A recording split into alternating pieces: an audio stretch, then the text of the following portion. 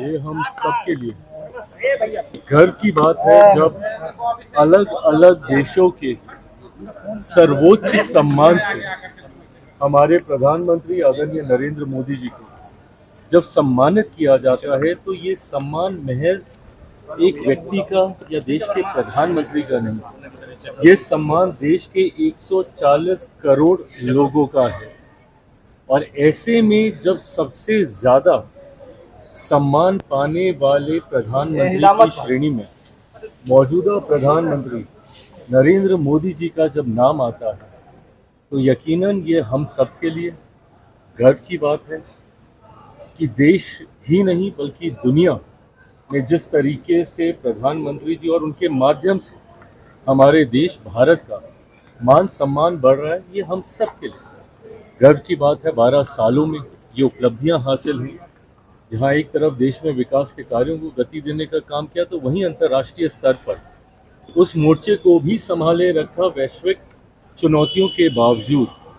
और यही परिणाम है कि आज अधिकांश देश प्रधानमंत्री जी के इन कार्यों को की प्रशंसा कर रहे हैं, उनको रिकॉग्नाइज कर रहे हैं। स्टेट ऑफ हॉर्मोज को खोल दिया गया है, समझौता हो गया। बिल्कुल सही। अब जिस तरीके से उम्मीद हम लोग रख ही रहे थे कि ईरान, इजराइल और अमेरिका के बीच में जिस तरीके से परिस्थितियां बनी हुई थी, जल्द उसका कोई समाधान निकले, खुशी की बात है ये, क्योंकि कहीं ना कहीं परेशानियां अब बढ़ने लगी थी। ऐसे में स्टेट ऑफ हॉर्मोज को लेकर खास तौर पर चिंताएं लंबे समय से हमारी ही नहीं कई देशों की थी।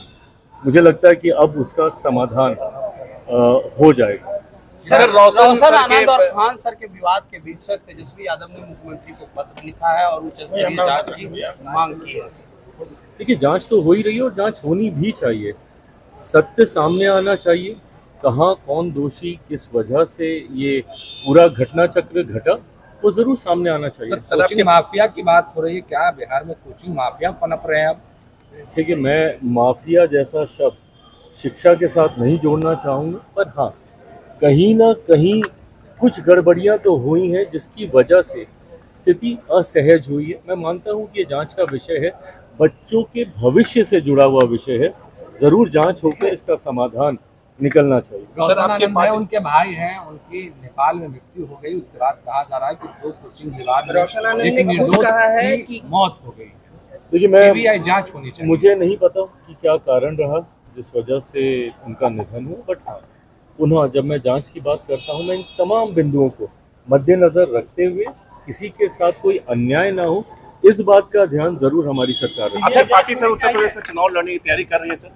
बिल्कुल, पार्टी उत्तर प्रदेश में चुनाव लड़ने की तैयारी कर रही है। हमारे प्रभारी, जो कि बिहार के भी प्रभारी हैं, अरुण भारती जी, वो निरंतरता में संगठन को मजबूत करने का कार्य कर रहे हैं। बिहार से हमारे सारे विधायक, नेता, सांसद अलग अलग जिलों में जाकर संगठन को मजबूती देने का कार्य कर रहे हैं, पर अभी शुरुआती दौर में है।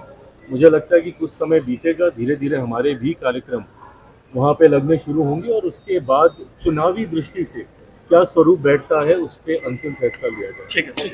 दीक्षांत एडुटेक लाया है दीक्षांत सी लर्निंग ऐप। बने दीक्षांत का चैनल पार्टनर और अर्न करें लाखों रुपए प्रति महीने।